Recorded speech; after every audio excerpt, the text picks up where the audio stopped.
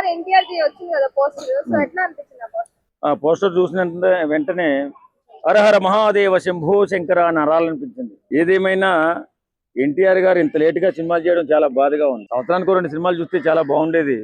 ఎందుకంటే నేను కూడా సినిమా వాడిని కాబట్టి మా వాళ్ళందరికీ పని దొరుకుతుందని ఆశ. ఈ రోజు త్రివిక్రమ్ గారి కాంబినేషన్ లో, ఎన్టీఆర్ త్రివిక్రమ్ కాంబినేషన్ లో వస్తున్నటువంటి గాడ్ ఆఫ్ వార్ ఆ సినిమా పోస్టర్ రిలీజ్ అయ్యి ఎంతో ఆనందాన్ని కలగజేసింది. అదే విధంగా సినిమా సూపర్ డూపర్ హిట్ అవ్వాలని మనస్ఫూర్తిగా కోరుకుంటున్నాం.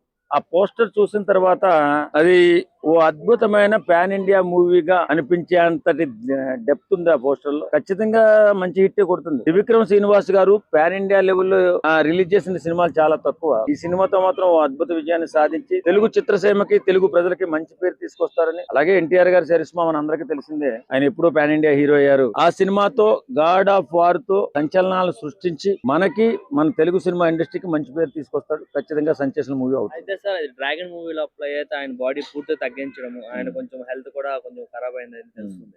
అయితే ఈ మూవీ లోపల ఆయన బాడీ అలానే పెట్టి మెయింటైన్ చేస్తారు, అంటే మళ్ళీ లావ్ అయ్యే అవకాశం ఉన్నాయి అంటారు. ఆ సినిమాకు తగ్గట్టుగా బాడీని అలా మోల్డ్ చేసుకోవడం జరిగింది. ఎంతో కష్టపడి ఆ 0 సైజు రావడానికి చాలా కష్టపడ్డారు ఎన్టీఆర్ గారు. దాన్ని చాలా మంది కాంట్రవర్సీ చేస్తున్నారు.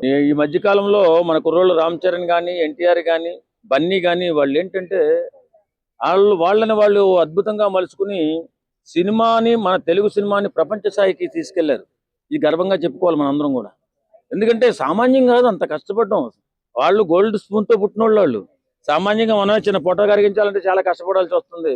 కానీ వాళ్ళు అంత కష్టపడి ఆ బాడీని తయారు చేసుకుని ఓ సెన్సేషనల్ మూవీగా, ఓ సెన్సేషనల్ హిట్లు కొట్టుకుంటూ మన తెలుగు సినిమా ఇండస్ట్రీకి మంచి హీరోలుగా, మంచి సినిమాలుగా తీసుకుంటూ ముందుకెళ్తున్నారు.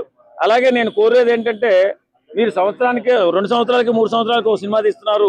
కానీ సంవత్సరానికి 2 సినిమాలు తీసి సినిమా ఇండస్ట్రీకి ఉన్నటువంటి ఇబ్బందులు తొలగించి అందరికీ పని కలిగే విధంగా కాపాడాలని చెప్పి ఈ మన హీరోలందరినీ కోరుకుంటారు. అయితే God of war first Allu Arjun చెప్పడం మీద జరిగిందంట, ఆయన రిజెక్ట్ చేస్తే ఎన్టీఆర్ చేయడం జరిగిందంట.